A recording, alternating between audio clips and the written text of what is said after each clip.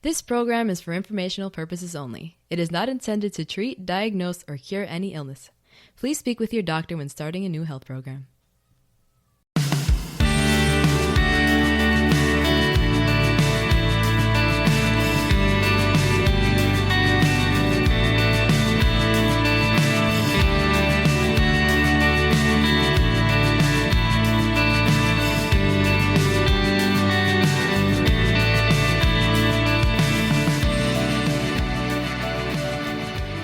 Hello, everyone. Welcome to Wellness Talk. This is George Batista, your host and your health and nutrition advocate. Wellness Talk, as always, is the show that goes over the latest in health and healing and nutrition. We also show you how to take supplements properly, and we show you how to take control of your health so you can live a longer, healthier, and happier life. I'm so grateful you guys can tune in this week. As always, please like, share, and subscribe to this show, wherever you're listening to this show. And make sure you share it with your friends and family, because I'm sure they will get a lot of use and a lot of value from it. We also have a new Patreon membership for those of you who would like to support the show. You can support it for as little as $5 a month. That would help us make sure we get new and better content out to you guys. You'll get a shout out, by the way, if you do support the show at that level. That's the Wellness Level 1. And also, if you would like to, go a level above, then we have Wellness Level 2.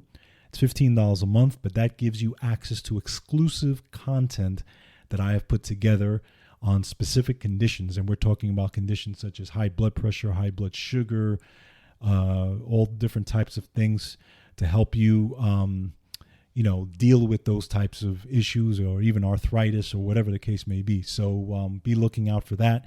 You can always go to platinumnutritionals.com if you'd like to check out the Patreon page. And if you're interested in joining us, we'll love to have you on board the membership level. So let's go over the topics that we're going to go over today. First of all, we're going to talk about a more plant-based diet linked to lower risk of COVID-19 and its complications. Now, those of you who are on a plant-based diet, you probably are ahead of the game, but this can actually also, be for people who are on a regular, as long as it's a good diet.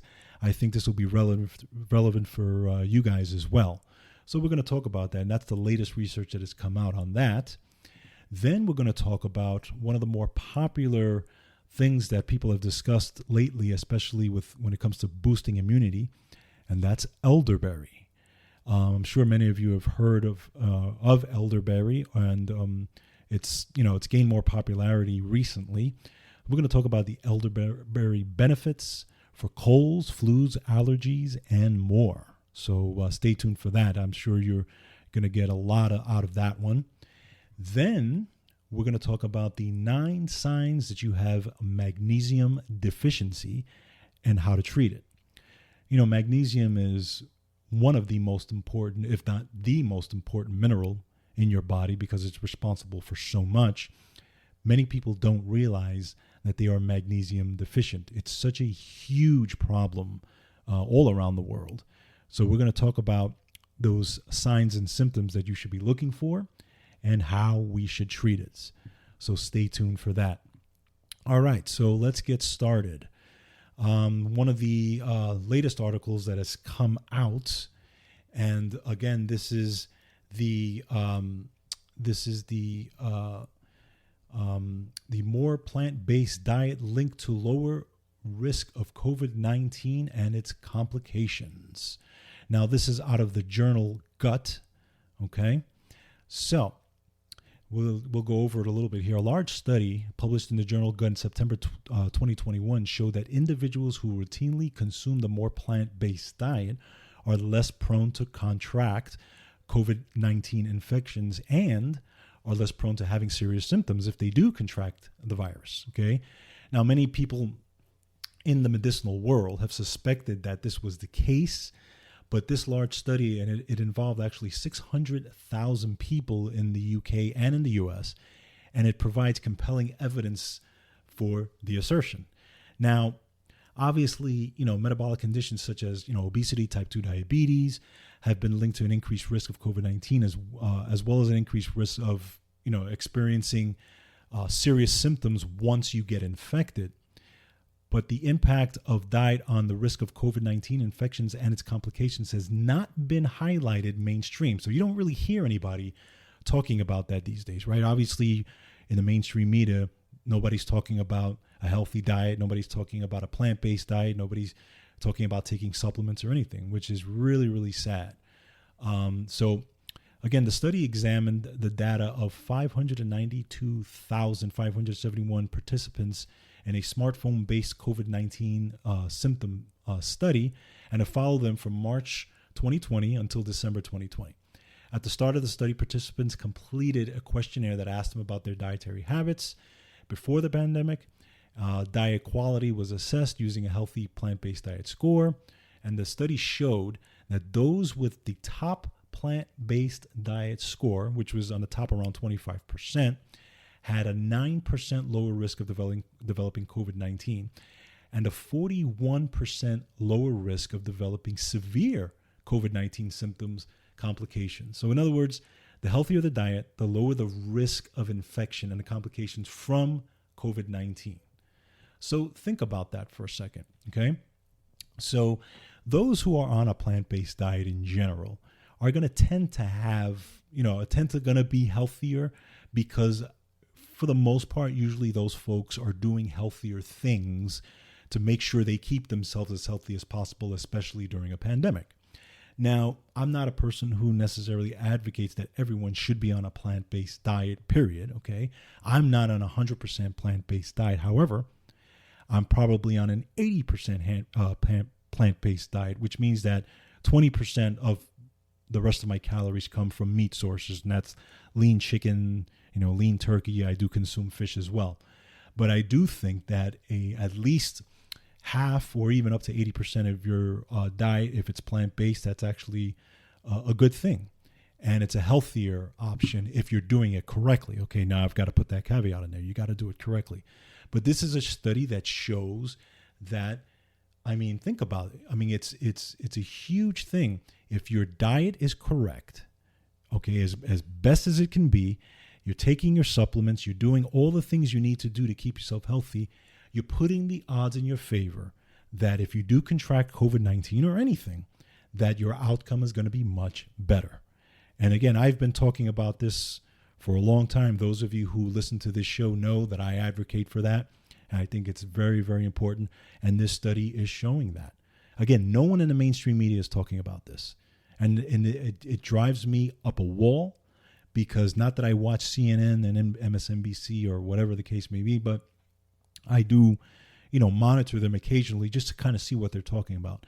And not once do they mention a healthy lifestyle. Not once do they mention vitamin D. Not once do they mention vitamin C. Not once do they mention, lowering your weight or getting some exercise or all these types of things. No, it's all about the vaccine. It's all about, staying out of the hospital. But again, this is what the medical industry does, right? This is what the mainstream medical industry does. It's all about whatever the pharmaceuticals come out with and forget about healthy diet. Well, listen, if you're not looking for a healthy diet or healthy lifestyle, then don't listen to this show because that's what this show is about. So anyway, I thought that was very interesting. Those of you who are on a plant-based diet, or like I said, even near a plant-based diet, for the most part, your outcomes are going to be better. So very important. All right, next this is from drax.com. This is Rachel Link is the author, and this is about elderberry, the benefits for colds, flus, allergies, and more. So I'm sure many of you, like I said, have heard about elderberry. Some of you may have not, but we'll talk a little bit about it. First of all, elderberry is the dark purple berry from the European elder tree.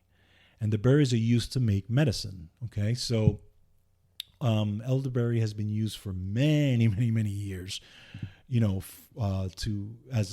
for medicinal purposes. Okay, so we're going to talk about how elderberry works and why it's so important.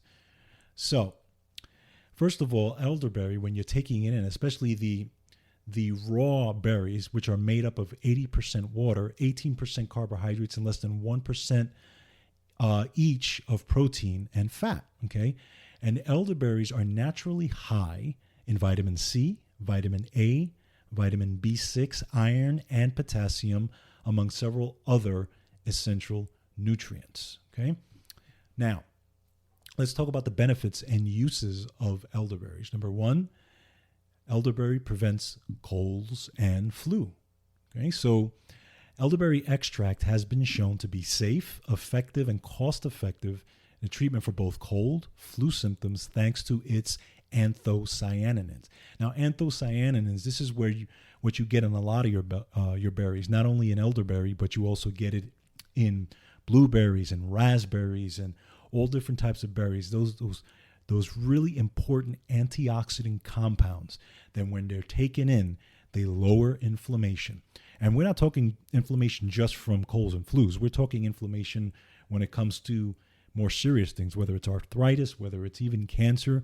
They're cancer preventative. They're cancer fighting. Very, very important. Number two, elderberries help with sinus infection aid. With elderberries' anti-inflammatory and antioxidant properties, it also helps to clear up sinus infections. Elderberry helps to lower blood sugar. Now, research has confirmed that extracts of elderflower, they stimulate the glucose metabolism and the secretions of insulin, lowering blood sugar levels. So how many people knew that, right?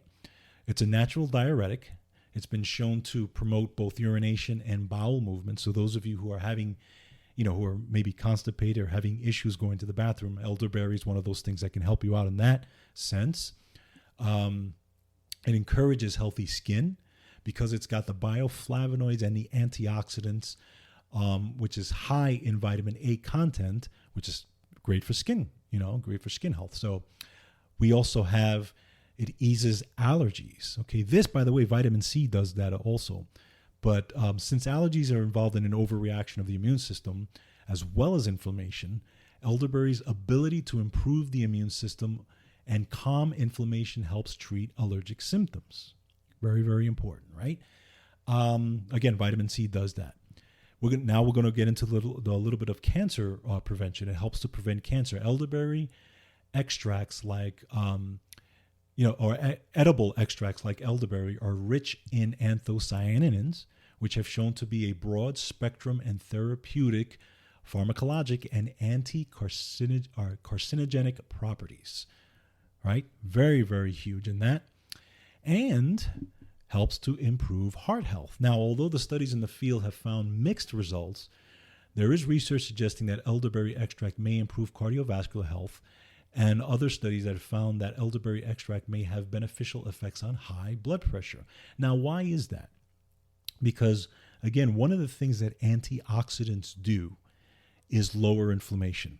One of the reasons why people have heart disease, heart attacks, those types of issues is because they have inflammation in their blood vessels. That's how that whole cascade starts. Inflammation starts, which actually stops the production of nitric oxide, which is the gas in your blood vessels, which helps your blood vessels dilate, which makes your blood vessels stiffer, which causes inflammation, which eventually brings cholesterol to that inflammation to try to help plug it over. But that's all inflammation starting, right? It starts inflammation there. Well, the more antioxidants you take in, the more you can bring that inflammation down, kind of like, let's say, a fire and putting the fire out with water, right? You know how the firefighters come and they throw water on the fire? That's what antioxidants do in general. The more antioxidants you have in your system, circulating through your system, the more nitric oxide you're going to produce, the less inflammation you're going to have, and the less issues in general you're going to have when it comes to, again, dealing with a cold, flu, or whatever the case may be, okay? So, elderberry. Now, a lot of you may be wondering, how can I use elderberry? What's the best way to consume elderberry? Well, there's many different ways you can do it. There's jellies and jams that have it. There's liquids that have it. There's teas that have it. I wouldn't recommend the teas because Unless you're drinking cold tea, a lot of times the heat when you're heating up tea can actually damage the elderberry properties. So I wouldn't use it in tea, but I would definitely use it in a juice, in syrup, in ointments.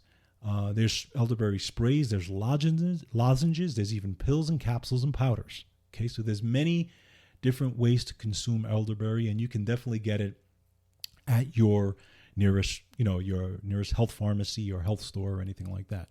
Now, just a caution for this, potential drug interactions, those of you who are on diabetes medications, diuretics, chemotherapy, you're in the middle of a chemotherapy treatment or anything like that, or you're on immunosuppressants, those you have to be very, very careful with that because elderberry can interact with those types of medications, okay? But other than that, elderberry is fantastic for, as a general antioxidant, helping with colds and flus. So I suggest for anyone who's interested in immune boosting properties, check out elderberry. All right. Next, 9 signs you have magnesium deficiency and how to treat it. Again, this is by Dr. Josh Axe. This is draxe.com. So let's talk a little bit about magnesium and why it's so important. I talk about magnesium a lot on this show. Magnesium is arguably the most important mineral in the body, which is why magnesium deficiency can be such an issue. Okay, magnesium is responsible for over 400 biochemical functions in your body. 400. Think about it. And what happens if you don't have enough magnesium? Your body will ration it. Your body will use magnesium for the most important functions that your body needs in order for your body to survive. And the rest, well, it's not going to, whatever those compounds or whatever those enzymes do that magnesium helps, they're not going to work properly. Even glutathione, which is the body's most powerful antioxidant, which is called the master antioxidant, requires magnesium for its synthesis. Okay? So now, what are the causes of magnesium deficiency? So where do we get magnesium in general? Okay, so magnesium is a mineral, obviously, and we generally get it in the soil, right? Because minerals, your body can't make minerals, so you have to consume them.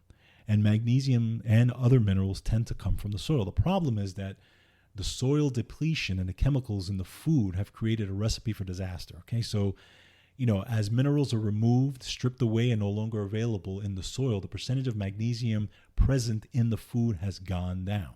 And then you add cooking on top of that, because remember, when you cook the food, it also brings the minerals down as well, okay? Because a bunch of minerals get lost in the cooking. So by the time you eat it, you're really not getting much at all, right? Things like digestive diseases, leaky gut syndrome, chronic diseases, whether it's a gut issue or something like that, can definitely deplete magnesium. Medications, many medications will deplete magnesium. As a matter of fact, blood pressure medications, diuretics, anything with a diuretic property can deplete magnesium if you're not taking it in, if you're not replenishing it, right?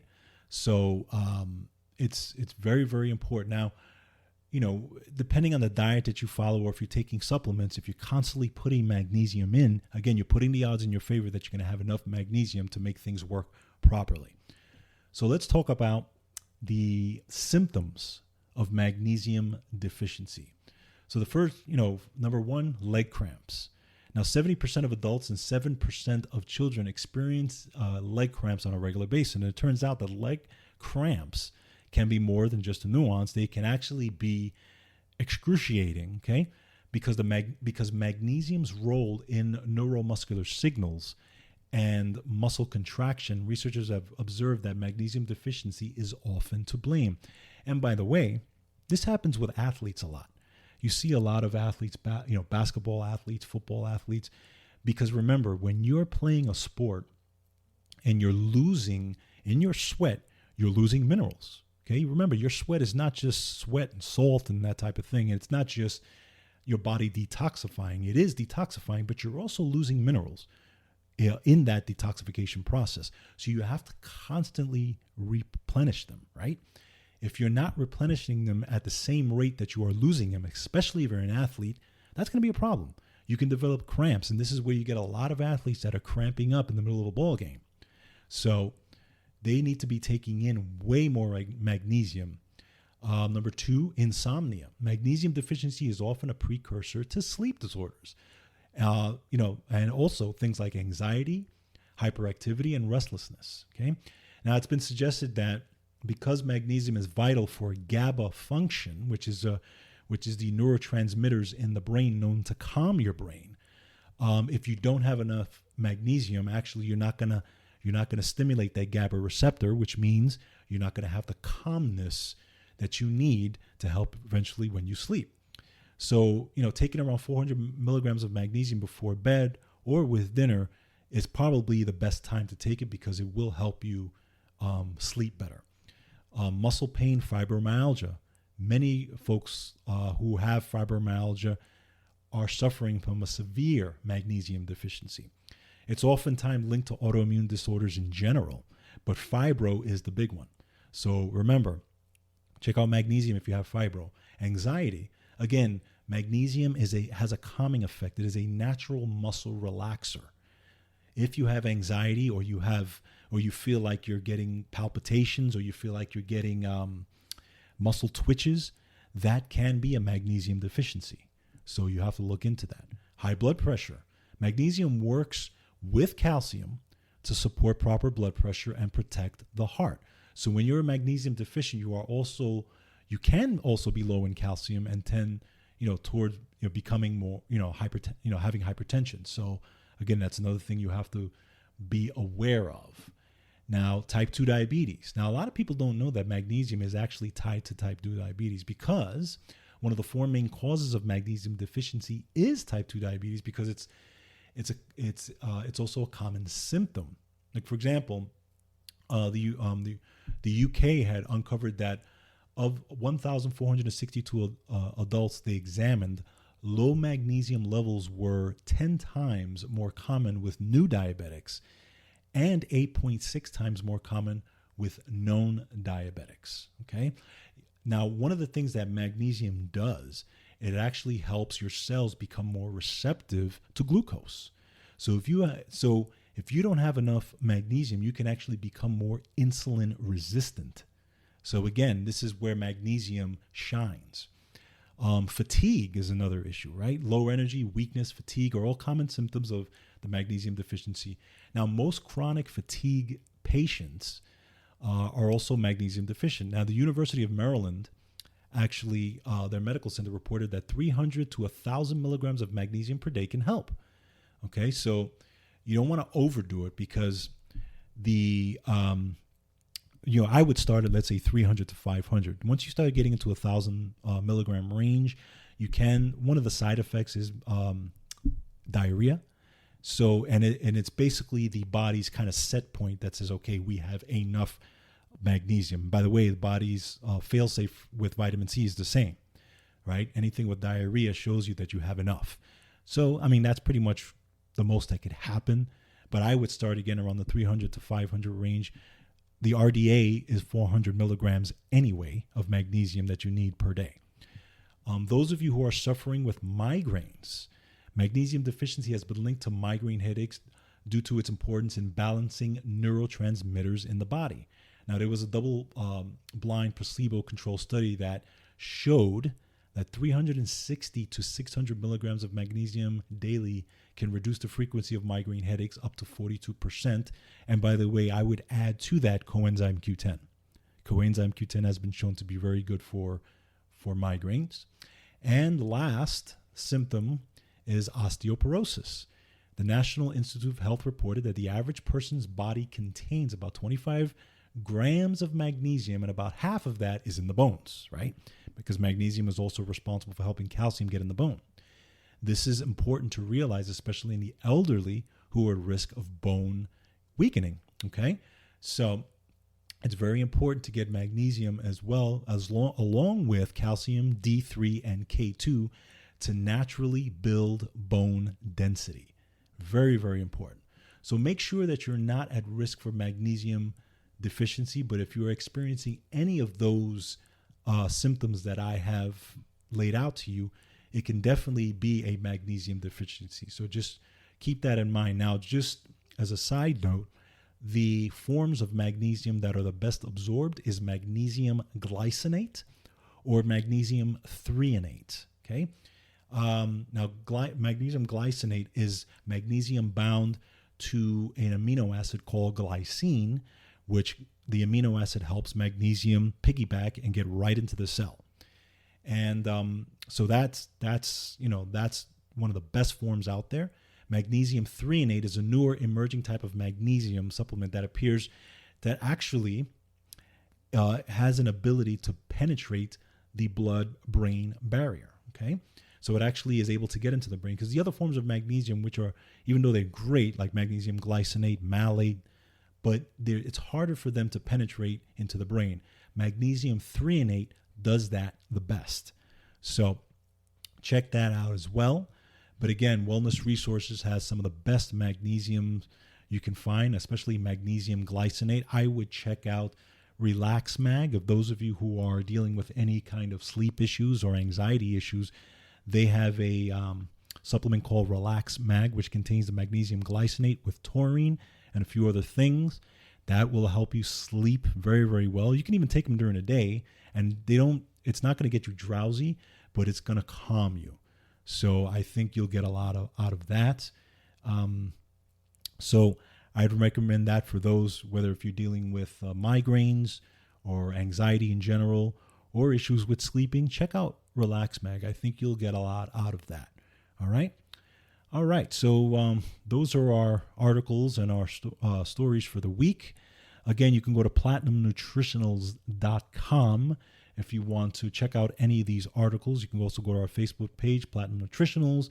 And those of you who would like to become members of the Patreon at the $5 or $15 level, please go to the website and click on it and join us, because you're going to get some fantastic content for different types of conditions. Again, those of you dealing with all kinds of conditions from high blood pressure to arthritis, you're going to get some really good value out of that. All right, guys, so appreciate you joining me. Hope everybody's doing well, keeping healthy. We'll be together again next week. And as always, everyone, take responsibility for your health. Take care. Have a great week.